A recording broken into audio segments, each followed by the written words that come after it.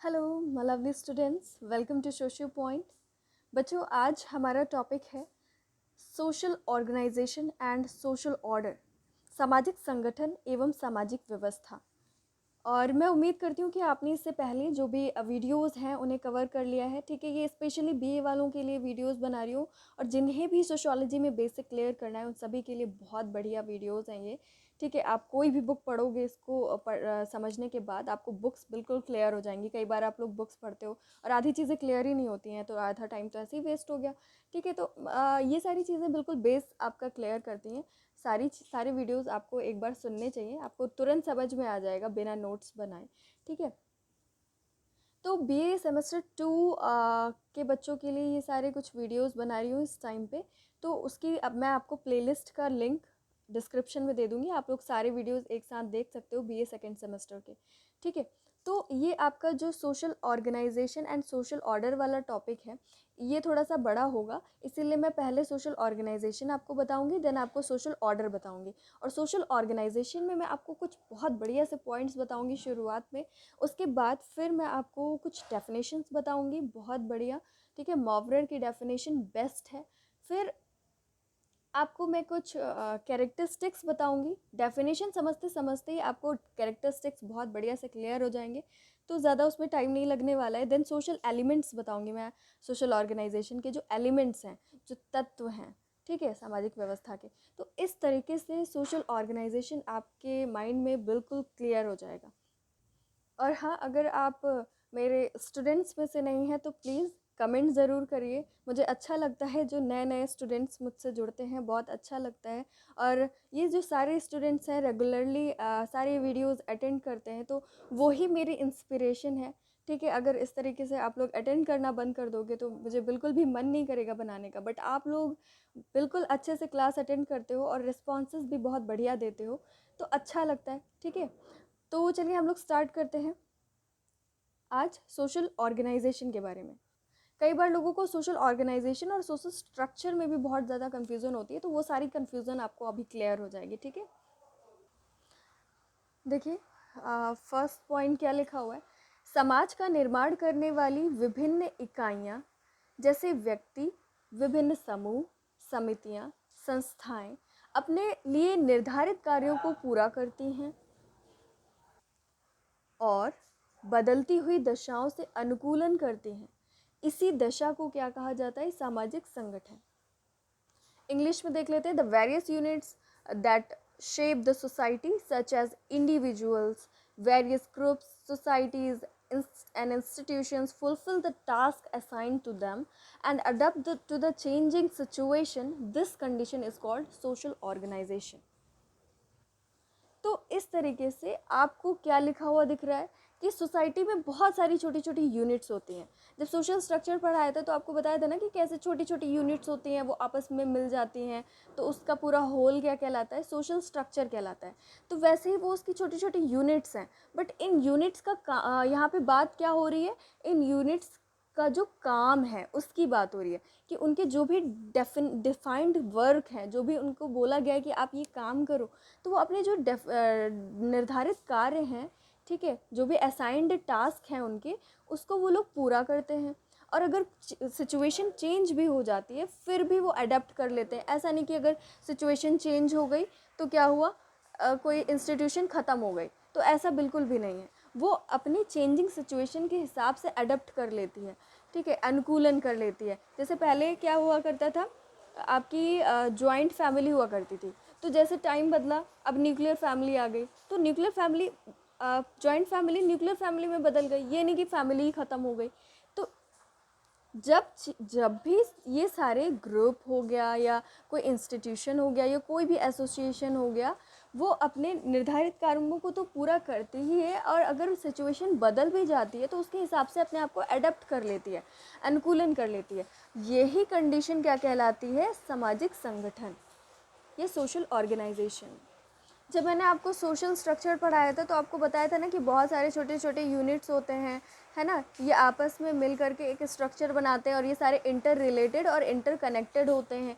तो चलो ये तो होता है, बट अगर इनमें फंक्शनल बैलेंस है प्रकार्यात्मक संतुलन है, ये अपने अपने काम को पूरा कर रहे हैं और एक दूसरे से केओस नहीं कर रहे हैं, कॉन्फ्लिक्ट नहीं कर रहे हैं, तो ये जो कंडीशन होगी फंक्शनल बैलेंस की या प्रकार्यात्मक संतुलन की, ये क्या कहलाती है? एक सामाजिक संगठन।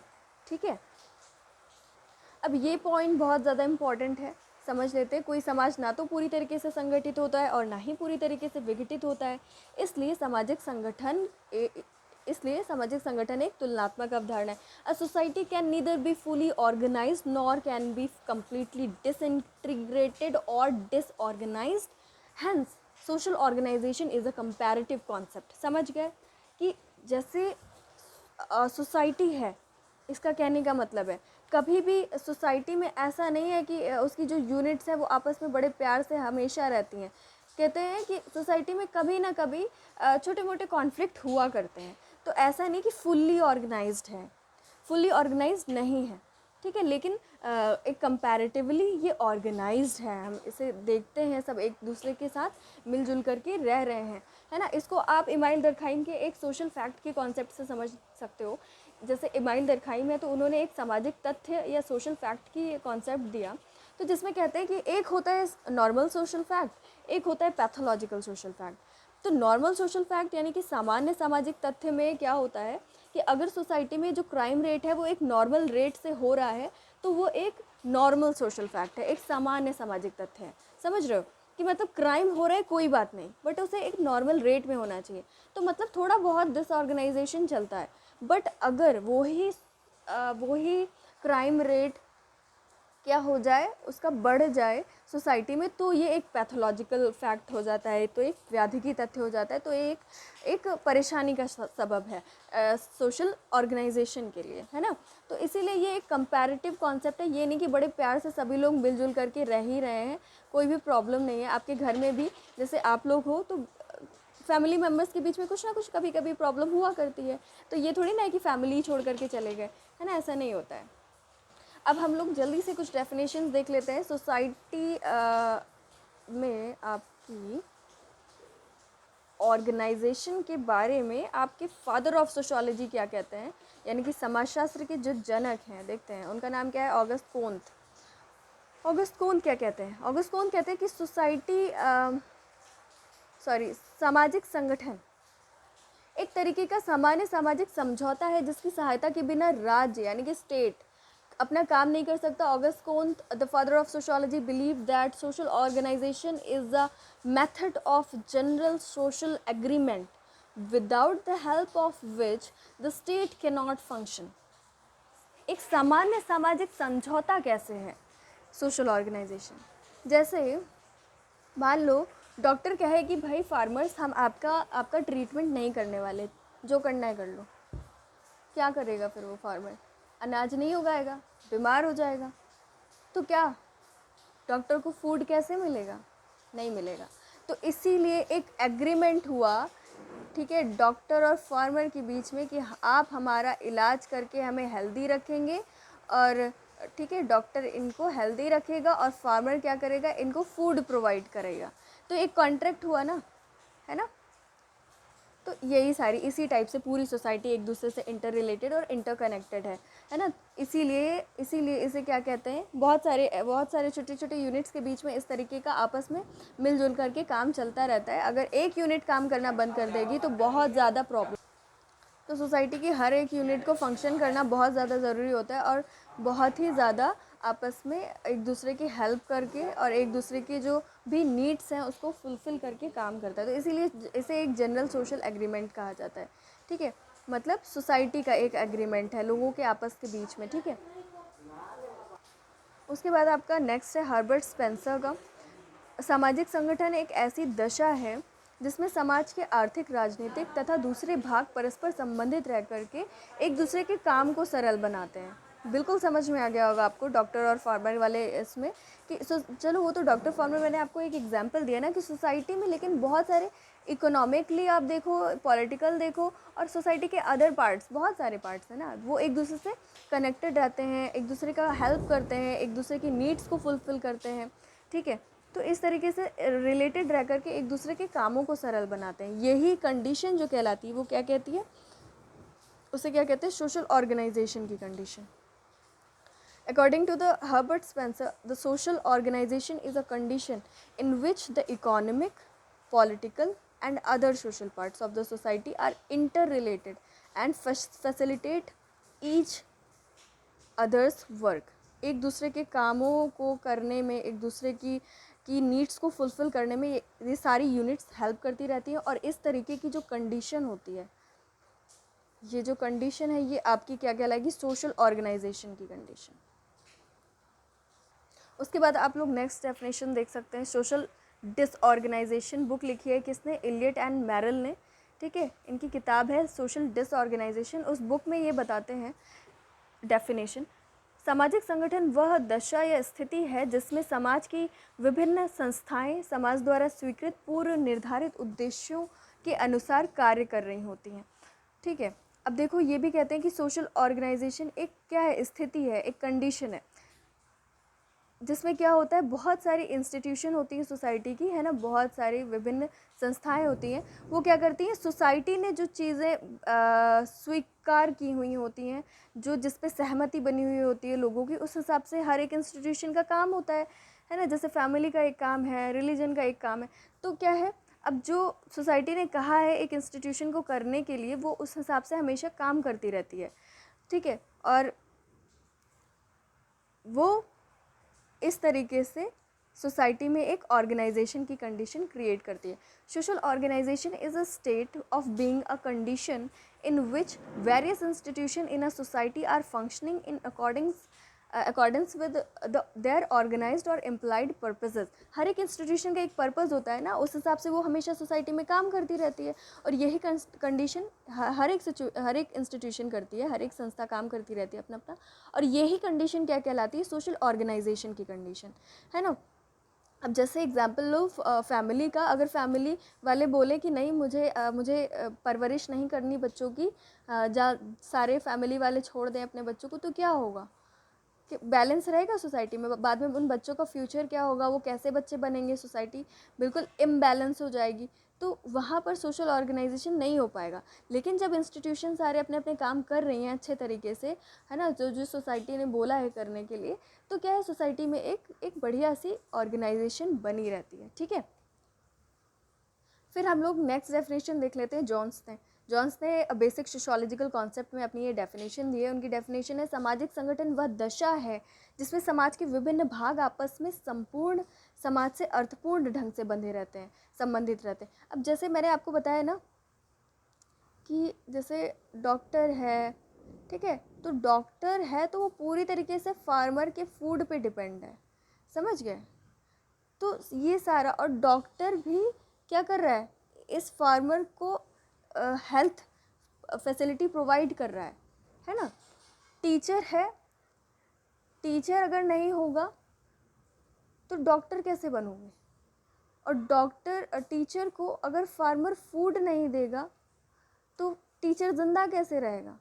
तो इस तरीके से क्या है, सोसाइटी में सभी लोग क्या है, एक दूसरे से रिलेटेड विद ईच अदर, वो भी एक मीनिंगफुल वे में, है ना, मीनिंगफुल वे में सब लोग आपस में संबंधित रहते हैं। और यही कंडीशन क्या कहलाती है, सोशल ऑर्गेनाइजेशन, है ना। यहाँ पे फंक्शनिंग जो हो रही है ना, वो एक दूसरे को हेल्प कर रहे हैं उस फंक्शनिंग के थ्रू, एक बैलेंस है फंक्शनिंग में, है ना, जो काम कर रहे हैं एक दूसरे का, है ना, ठीक है। मॉवरर की बहुत बढ़िया से डेफिनेशन आप लोग देख लो, लिखा हुआ है, सामाजिक संगठन स्वयं में एक ऐसी दशा नहीं है जो एक बार स्थापित हो जाने के बाद फिर कभी बदलती ना हो। वास्तव में सामाजिक संगठन एक विशेष प्रारूप है जो प्रत्येक समाज में कुछ समय के लिए अपरिवर्तनशील विशेषताओं की ओर संकेत करता है। एक बार इंग्लिश में देख लेते हैं, फिर इसको डिस्कस कर लेते हैं। बहुत बढ़िया डेफिनेशन है, social organisation is not in itself a condition which once established will never change again. In fact, social organization is a special pattern which refers to the unchanging characteristics for some time in each society. समझ गए। अभी जैसे आपको मैंने समझाया ना कि social organisation क्या है, वो एक कंपैरेटिव कॉन्सेप्ट है ना, कुछ दिक्कतें भी होती रहती हैं। उससे पहले आपको बताया एक फंक्शनल बैलेंस होता है है ना। एक प्रकार्यात्मक संतुलन होता है, संतुलन नहीं होगा तो फिर बेकार है। हर एक चेंजिंग कंडीशन में क्या करती है सोसाइटी की जो ग्रुप्स हैं, जो भी इंस्टीट्यूशन है, वो सब अपने आप को अडेप्ट कर लेते हैं। आपको अगर फर्स्ट पॉइंट याद होगा तो हर एक परिस्थिति में अनुकूलन कर लेते हैं। तो इस तरीके से क्या होता है, सोसाइटी का जो बैलेंस है, जो ऑर्गेनाइजेशन है, वो बना रहता है। जैसे मैंने आपको अभी फैमिली का दिया कि पहले जॉइंट हुआ करती थी, अब न्यूक्लियर हो गई है, ऐसा नहीं है कि ख़त्म हो गई है। तो वही सारी चीज़ें कुछ इसमें इंक्लूड हैं। वो कहते हैं कि सामाजिक संगठन स्वयं एक ऐसी दशा नहीं है जो एक बार स्थापित हो गई, मतलब एक बार बोला कि जॉइंट फैमिली होगी और फिर कभी बदली ना हो, है ना। ऐसा नहीं है, बदल जाती है, ठीक है। एक खास पैटर्न होता है सोसाइटी में ऑर्गेनाइजेशन का, जो कुछ समय के लिए अपरिवर्तनशील रहता है। अब जैसे जॉइंट फैमिली है, ऐसा तो है नहीं कि सिर्फ 5 साल रही हो, 10 साल रही हो, काफ़ी सालों तक रही है। तो इसीलिए कुछ समय के लिए अपरिवर्तनशील जो विशेषताएं हैं उसकी तरफ आपकी सोशल ऑर्गेनाइजेशन इंडिकेट करती है ना। तो इस तरीके से आपको समझ में आ गया होगा, एक स्पेशल पैटर्न होता है जो कुछ समय के लिए चेंज नहीं होता है। वही अनचेंजिंग कैरेक्टरिस्टिक्स जो सोसाइटी में कुछ समय के लिए रहते हैं, उसे हम क्या कहते हैं, सोशल ऑर्गेनाइजेशन, ये सामाजिक संगठन। अब हम आपको कुछ कैरेक्टरिस्टिक्स बताते हैं सोशल ऑर्गेनाइजेशन के, सामाजिक संगठन की कुछ विशेषताएं बताते हैं। आपको फटाफट समझ में आ जाएगा क्योंकि अभी तक आपने इतनी सारी डेफिनेशंस अच्छे से समझ ली हैं, ठीक है। अब जैसे ये लिखा हुआ है आपका, अनेक इकाइयों का संतुलित रूप, balance form of various units, ठीक है। बहुत सारी वेरियस यूनिट्स का बैलेंस्ड फॉर्म है सोशल ऑर्गेनाइजेशन। ये तो आप समझ गए ना कि ये अगर मान लो एक यूनिट है सोसाइटी में, अगर एक यूनिट की बात करें, डॉक्टर की, एक फार्मर की, एक टीचर की, तो ये सब क्या है, इन सारी यूनिट्स का एक बैलेंस फॉर्म है। ये इसकी हेल्प कर रहा है, ये इनके बच्चों को भी पढ़ा करके इनकी भी मदद कर रहा है। डॉक्टर इन सबको मतलब इन सबको क्या कर रहा है, इनकी सारी परेशानियों का हल कर रहा है, कोई भी स्वास्थ्य से संबंधित परेशानियां हुई, ठीक है। फार्मर्स इन सभी को फूड दे रहा है। तो ये क्या है, यूनिट्स का एक बैलेंस फॉर्म है। अगर फार्मर कह दे मैं कुछ नहीं करूँगा तो इनका क्या होगा, ठीक है। तो इस तरीके से एक बैलेंस फॉर्म है। फंक्शनल यूनिटी वही है ना, फार्मर, डॉक्टर, टीचर, इन सब, ये सब कुछ काम करते हैं सबके लिए, तो काम करने, सब एक दूसरे का काम कर रहे हैं, तो इसीलिए क्या है, ये फंक्शनल यूनिटी भी है, ठीक है। इसीलिए फंक्शनल यूनिटी कहते हैं।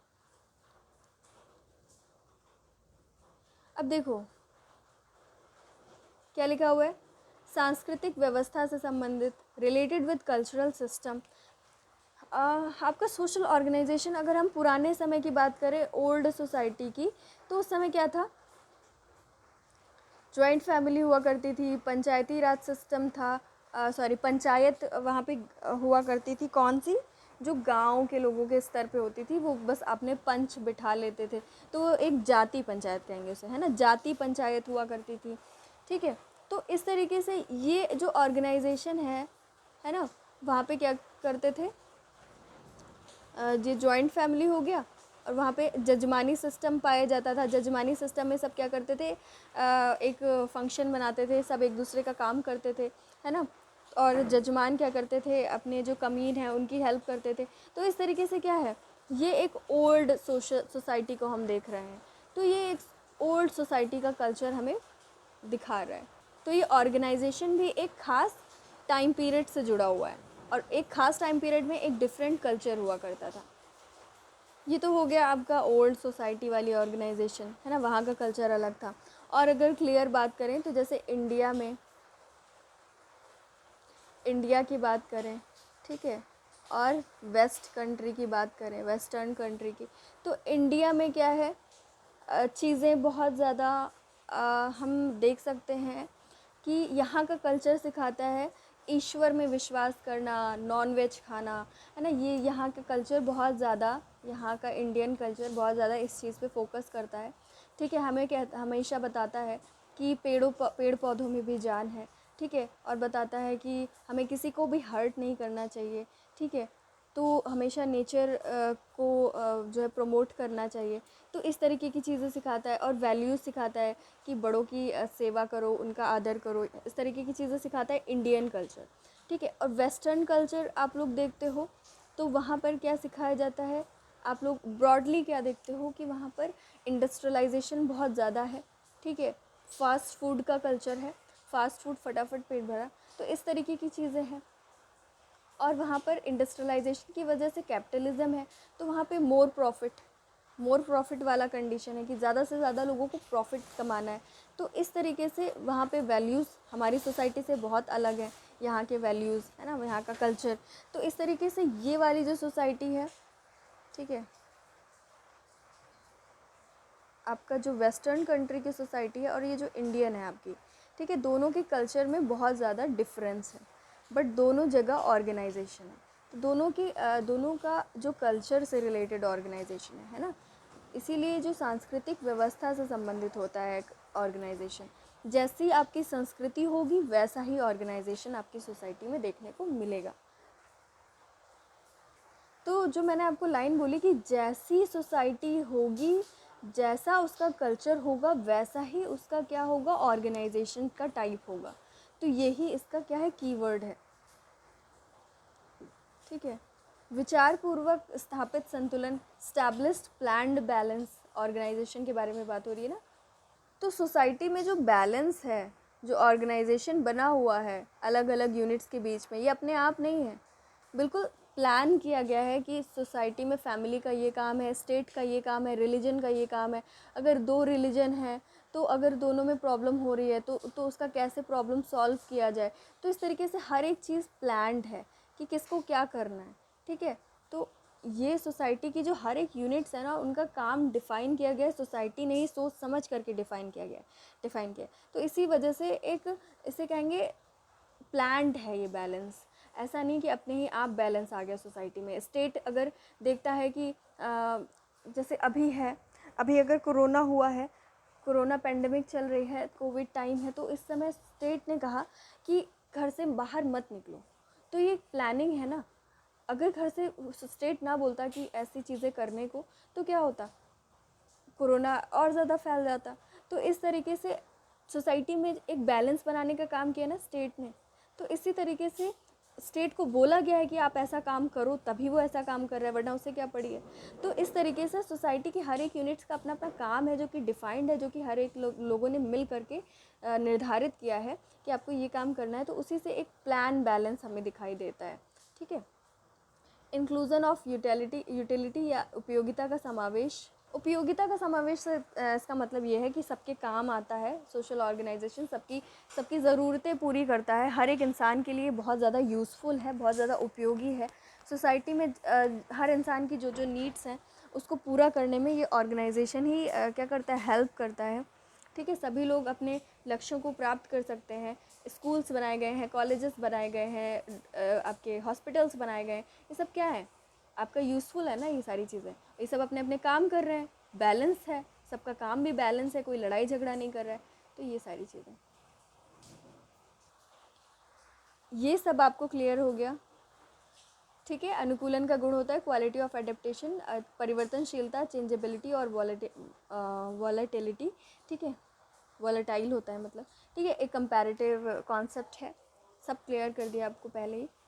अब कुछ एलिमेंट्स देख लो, एलिमेंट्स ऑफ सोशल स्ट्रक्चर, ये भी आपको क्लियर कर दिया। वेल डिफाइंड सोशल स्ट्रक्चर, परिभाषित सामाजिक संरचना, जैसे सोसाइटी की एक स्ट्रक्चर है, इसमें एक इंस्टीट्यूशन, एक एसोसिएशन, एक ग्रुप, इस तरीके की चीज़ें हैं। तो सबके अपने अपने डिफाइंड वर्क हैं, पहले से ही निर्धारित है कि किसको क्या करना है, फैमिली को क्या करना है, स्टेट को क्या करना है, रिलीजन को क्या करना है। तो इस तरीके से, इसीलिए इसे क्या कहते हैं, वेल डिफाइंड स्ट्रक्चर है, ठीक है। यहाँ पे आप लोग सोशल ऑर्गेनाइजेशन कर लीजिएगा, ठीक है। ये सोशल स्ट्रक्चर लिख गया है, सोशल ऑर्गेनाइजेशन कर लीजिएगा। सामाजिक संगठन के ही तत्व हैं ये, ठीक है।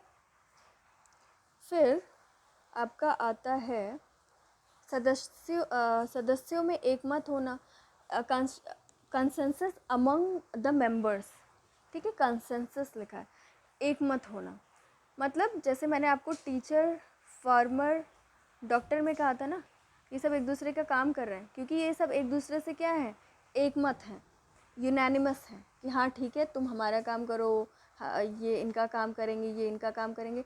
तो सबका एक मत है कि हाँ ठीक है ना। ये है यूनानिमस होना। देखो, सोशल ऑर्गेनाइजेशन एक इफ़ेक्टिव सोशल कंट्रोल करता है, प्रभावपूर्ण सामाजिक नियंत्रण, है ना। सोशल ऑर्गेनाइजेशन कैसे समाज का नियंत्रण करता है, आपको क्लियर है, ठीक है। सामाजिक परिवर्तन में संतुलन, बैलेंस, सोशल चेंज, ठीक है, बैलेंस सोशल चेंज। मतलब अगर सोसाइटी में अचानक से कोई चेंज हो गया या इस तरीके की कंडीशन है ना, अचानक से चेंज होता है तो लोग क्या है, परेशान हो जाते हैं, है ना। अचानक से जॉइंट फैमिली न्यूक्लियर फैमिली में चेंज हो जाती है तो लोग कैसे दुख बताते हैं कि पुराने समय में तो ऐसा था, आज कितना बुरा है, कोई एक दूसरे के साथ नहीं बैठता है ना। पहले दादा दादी घर में हुआ करते थे तो बच्चों को सिखाते थे सारी चीज़ें। तो इस तरीके से क्या है, चीज़ें अचानक से बदलती हैं तो उसको ये कंट्रोल करता है, ठीक है। इसमें सोशल ऑर्गेनाइजेशन का बहुत ज़्यादा रोल होता है। वो सोसाइटी के चेंज को अडेप्ट करने की कोशिश करता है, उसको धीरा करने की कोशिश करता है, ठीक है। जिससे क्या हो, लोगों के मूल्य ना ख़त्म हो। अगर वैल्यूज़ ख़त्म हो गए तो सोसाइटी का जो लाइफ है वो कैसे कैसे ऑर्गेनाइज्ड रहेगा, ठीक है। तो सोसाइटी में जो भी चेंजेस होते हैं उसमें बैलेंस लाने का काम कौन करता है, सोशल ऑर्गेनाइजेशन, ठीक है। क्योंकि सोशल ऑर्गेनाइजेशन है, हर चीज़ को प्लान करता है ना, ठीक है, वो कैसे काम करना है, ठीक है। तो ये सारी चीज़ें एक एक कंट्रोल भी तो करने का काम करता है ना। और देखो ये बहुत इम्पॉर्टेंट है, लोकाचारों तथा संस्थाओं में समन्वय, integration of modes and institutions. मतलब जो पुरानी आपकी रूढ़िवादिता है, पुरानी जो गलत चीज़ें हैं, परंपराओं के नाम पे हम लोग फॉलो करते आ रहे हैं, है ना। और जो बहुत सारी इंस्टीट्यूशंस बनी हुई है तो उसमें क्या सही है क्या गलत है, किसको फॉलो करना चाहिए किसको नहीं करना चाहिए, ठीक है। तो वो सारी चीज़ें क्या है, हमें सोशल ऑर्गेनाइजेशन बताता है, ठीक है। अगर सोसाइटी में बहुत ज़्यादा इस तरीके की चीज़ें फॉलो करी जाएंगी, रूढ़िवादिता, ठीक है, तो इस तरीके से सोसाइटी का डिस्ट्रक्शन होना शुरू हो जाता है या डिस्ट्रक्शन होने की संभावना रहती है। अब जैसे सती प्रथा है, औरतों को बिल्कुल जला देते थे हस्बैंड के मरने के बाद, तो ये कहाँ तक वाजिब है ना। तो ये सारी चीज़ें ख़त्म की कि नहीं ख़त्म की, तो यही सब है क्या, सोशल ऑर्गेनाइजेशन के अंदर, ठीक है। यही सब था। अब हम लोग, बहुत बढ़िया टॉपिक है सोशल सिस्टम, वो आप लोग क्लियर कर लीजिएगा तो आधा बेस आपका समझ लीजिए क्लियर हो गया। फिर हम लोग कुछ प्रोसेसेस पढ़ेंगे, ठीक है।